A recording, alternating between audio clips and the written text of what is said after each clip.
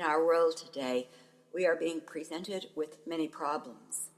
Albert Einstein gave great advice in this matter when he said, "Problems cannot be solved by the level of knowledge or awareness that created them. We have to get outside our box." A Mystic's View is a podcast to give you that opportunity, and usually I share my view as a mystic. But once in a while, I am going to be sharing other people's views, how they are seeing the world. Their feet are on the ground, they're experiencing directly, they're not assuming or interpreting. This version of A Mystic's View is just such a podcast. Enjoy. Hi, this is Sharon Raji Maynard, and I'm really, really pleased to have with me Rivera Sun. I've known her for several years now, and really love her work, trust her, what she has experienced and what she has to share. And I think during these times that we're in, it's becoming more and more important that we hear from people who are having the experience rather than from somebody who is interpreting or making up experience. So welcome, Rivera. Thank you, Sharon. It's wonderful to be here with you. Rivera has done a lot of work in the nonviolence movement. The book that really tweaked my interest, and she's written several, is the Dandelion Insurrection. And the one quote that I've used from that many times is, "When others," meaning the big brother, uses fear, and I will say, and hate to control us, the revolution is love. So with that, I want to say again, welcome, Rivera. And I want you to talk to us about nonviolent actions, and does it even have an impact? Absolutely. That would be the very first answer. But I would say just a little caveat about that is that when people think of nonviolence, they often think of simply not using violence, or they think of protests. And the field of nonviolence is actually much broader and greater than that. There are over 198 different methods of nonviolent action, from boycotts to sit-ins to strikes to occupations, blockades, non-cooperation, civil disobedience, yes, protests, marches, demonstrations, rallies, the list goes on. It's been used around the world in almost every country. It's been used by people of all backgrounds, all religions, secular people. It has been used by men, by women, by people of all ethnicities and races. It's been used by young people and old people and intergenerational movements, and it has accomplished some of the most remarkable goals to have been put forth by humanity. Now, the other thing that I might add in is it effective and does it work is that people often think that nonviolence doesn't work, but the actual statistical track record on nonviolent struggle is that it does work. And not only does it work, but it works twice as often as the use of violence. I just want to mention the work of Erica Chenoweth and Maria Steffen, who wrote a book, Why Civil Resistance Works, which I believe came out in 2010. It's a fairly recent publication. But it did what had never been done before, and it compiled an empirical data set on 3 types of nonviolent struggle. And even just this short category of these 3 types, and there are really probably at least close to 100 different categories or types of struggles or conflicts that people use nonviolent action in. But these 3 types give you a sense of the idea of how powerful nonviolent action can be. People were using these to change governments, so bringing down a dictator, overthrowing a corrupt regime. They were also using nonviolent action to expel foreign invasions. So an army is entering your country and you turn them back nonviolently. And to end occupations. Very, very difficult struggles. These are called maximalist goals. And the data set that Erica and Maria studied really showed people that not only was nonviolence working to achieve these goals, but it was working twice as often as violent means in a third of the amount of time. Talk a little bit about that, because I mean, that will ought to surprise the listeners. Yeah. So these 3 types of campaigns are things that people often think you need violence to do. And often have used violence. So the data set looked at about 326, I believe, different historical struggles in the last 100 years, and they're about half nonviolent and half violent. And what the data set found was that the nonviolent struggles were succeeding twice as often as the violent struggles. And in fact, if you're choosing violence as your choice of method to resolve those types of conflicts, you're only, I believe the statistic is 25% likely to succeed. That's not a very great likelihood. And when you're comparing that to being 56 to 60% likely to succeed, that is pretty stark. It is. So, were they comparing apples to oranges? I mean, because struggles are different. So how did they make comparisons? yeah, that's a very important and interesting question. So that's one reason I clarified what 3 types of struggles we're talking about, because believe it or not, people don't actually use violence to get civil rights. It's not, women don't tend to use violence to get women's rights. We tend to use nonviolent methods of change. So it's hard to it's hard to compare the efficacy or the effectiveness of violence versus nonviolence in those types of struggles. But within the data set that Erica and Maria studied, these are things that people have used violence for and nonviolence for. And then within that data set, they break it down in those 3 types of struggles, so that you're comparing the apples of expelling a foreign invasion and the oranges of, changing a government. And there's a little bit of variation from struggle to struggle. Successionist campaigns are often very difficult to win regardless of what type of struggle you're using, but nonviolence is actually more effective for those than violence within the context of their data set. I always like to tell people this is a changing and evolving field, and one part of this that people should know is that nonviolence is on the upswing. If we look at 100-year history on a timeline, the use of nonviolence goes like this, right off the charts. Wow. It is becoming the preferred method of waging struggle. That's really amazing. It correlates, I think, with Paul Ray's work on the cultural creatives, which talks about value systems that people hold. And what he has been finding since he began doing those studies is the values that people hold here in the United States are changing, and the cultural creatives are more apt to say what's good for all, how do we fit in the bigger picture, how do we relate to Earth and each other, different value sets. And I think and he's seeing that upswing. So I would bet there's a correlation for another interview. But yes, that's really interesting and exciting. So here's something that I think a lot of people, you mentioned, don't think about, that there's a lot of different ways to be nonviolent, taking action, or non-participatory, or whatever.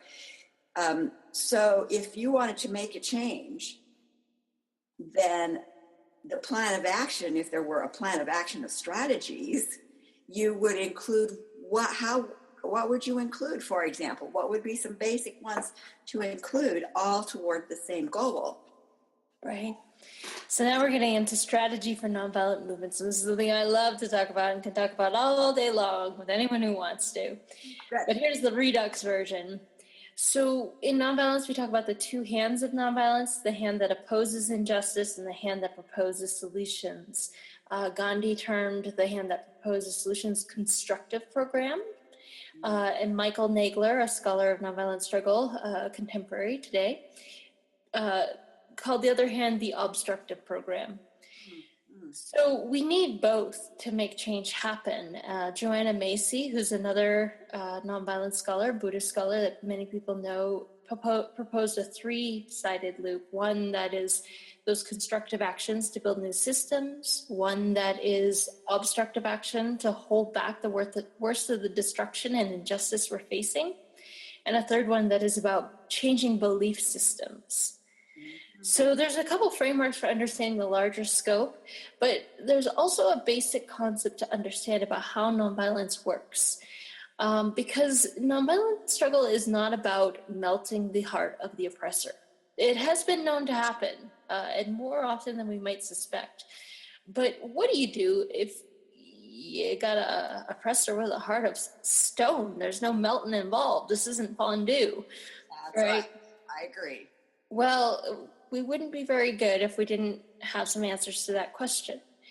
And the way we talk about nonviolent struggle is that all power holders rely upon these pillars of support that hold them in place.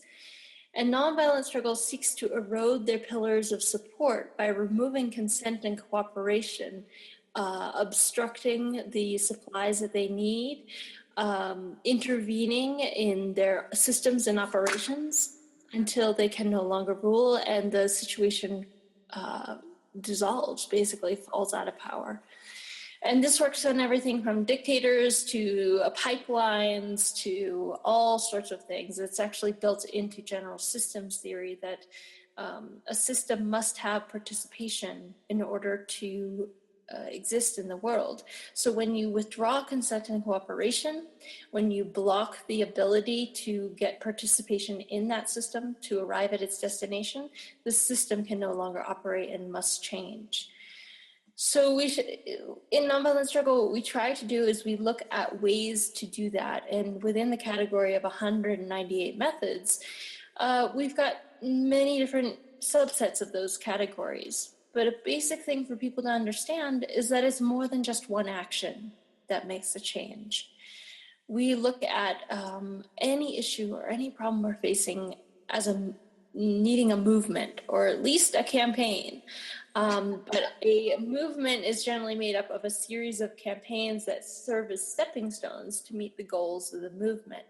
And within each campaign, you may have a variety of actions. And those actions are determined by what you need to accomplish in your objectives for your campaign. So as you can see, this is a science. It's a political theory. It's a toolbox for people. It's like if we're going to build a house or deconstruct a house, you would know what tools you need to use, and it would help to have someone who knows something about how to use them. And when the day comes to dismantle a house or to build a house, it actually helps to have some practice swinging hammers and holding nails and driving screws and leveling boards and all sorts of things like that. Now, let's take, for example, Standing Rock, and because right now that is big in the United States.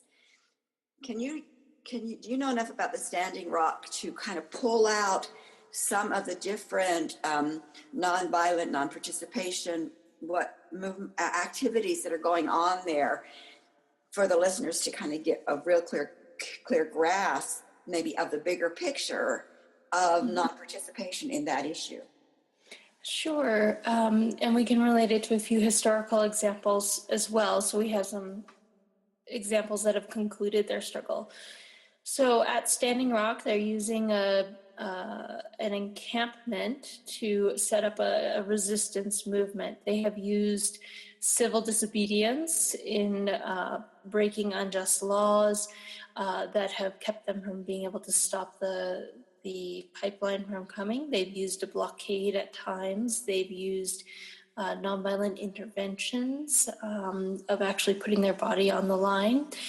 Like we saw when they were destroying the sacred burial sites, we saw people actually walking over there and standing in front of bulldozers and things like that. We've seen many acts of protest and persuasion, which are primarily symbolic in nature, but have the effect of swaying hearts and minds. We have also seen non-cooperation and withdrawal of support in the calls to move our money from the 17 major banks that are financing the pipeline. And we have seen acts of protest and persuasion around calling all the various elected officials, the sheriff's department.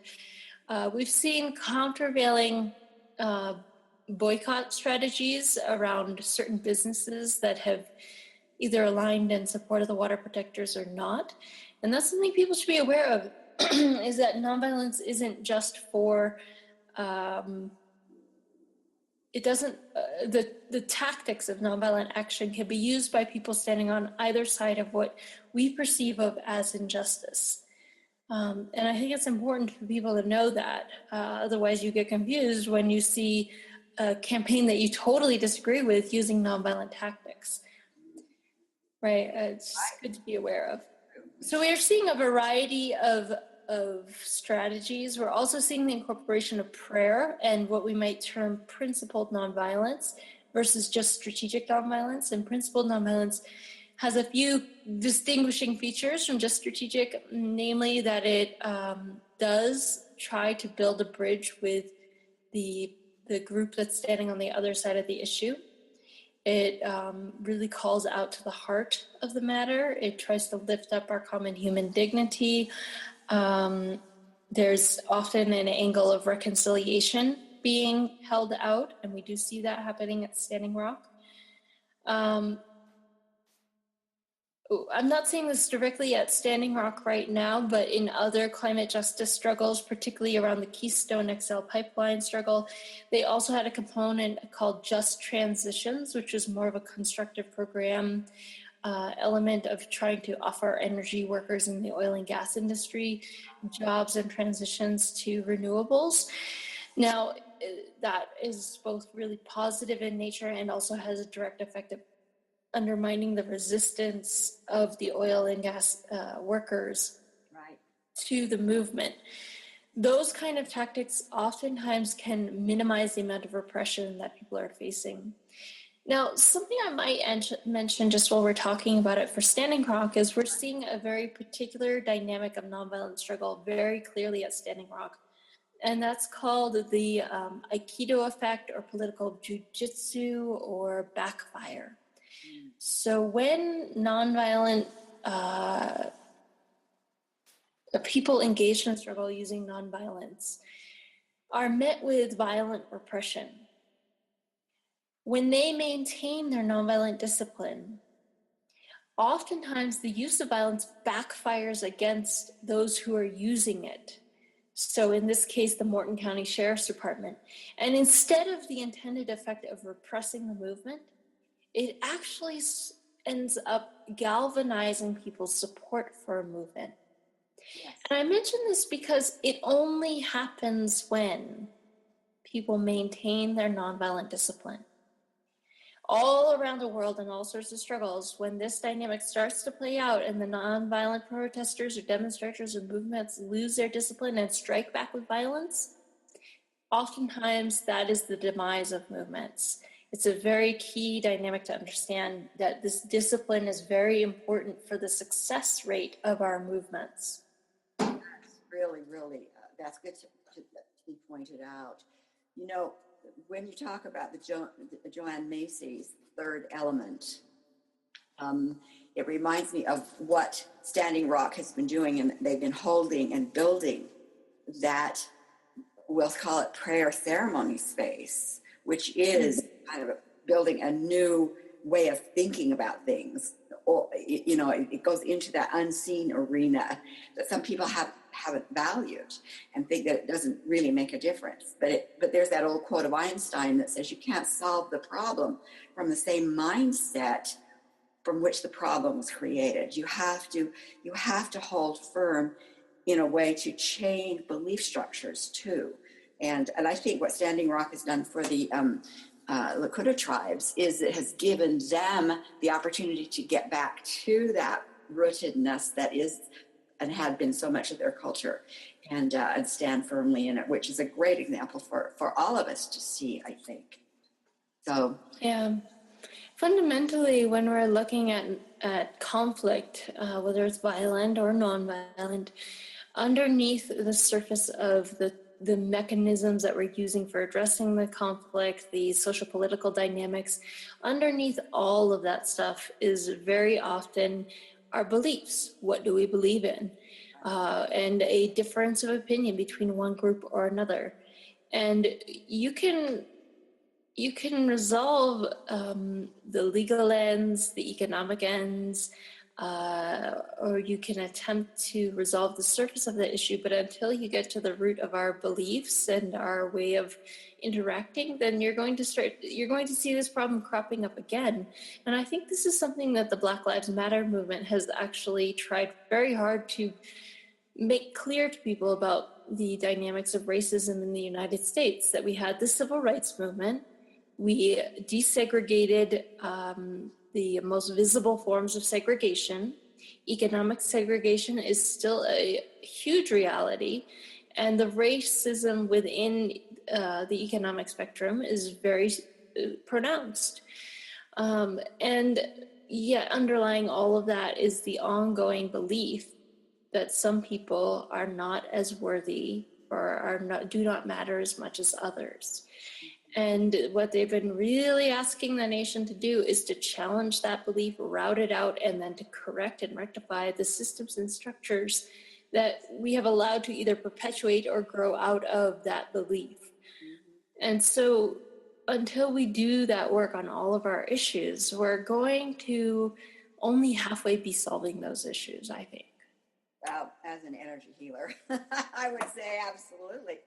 The patterns are there, and they're in mass consciousness, and they're beyond individual. And until we get in touch with those to change them, they will crop up, because that's the way the law works here with energy.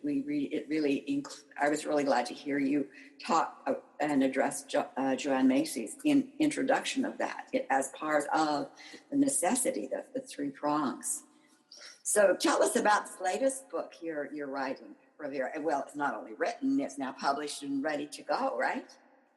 It's true. So I have a new book called The Way Between, and one of the things that happened between writing the Dandelion Insurrection and now is that younger and younger people started reading the Dandelion Insurrection, which was written for adults. And then also I learned more and more about the dimensions of nonviolence that would be termed peace building, conflict resolution, nonviolent intervention, more about constructive program.